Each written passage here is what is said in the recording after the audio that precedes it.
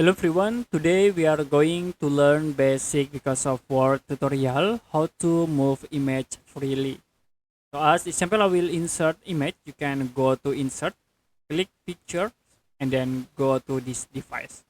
I will use this image, click insert. And if you want to move this image freely, you can change for the image layout. You can click this icon. And in here for layout, I will use in front of text. You can click and then you can resize the image. Now you can move freely into any area in your document. Okay, that's it for basic Microsoft Word tutorial how to move image freely. If you have any question about tutorial, you can comment below this video.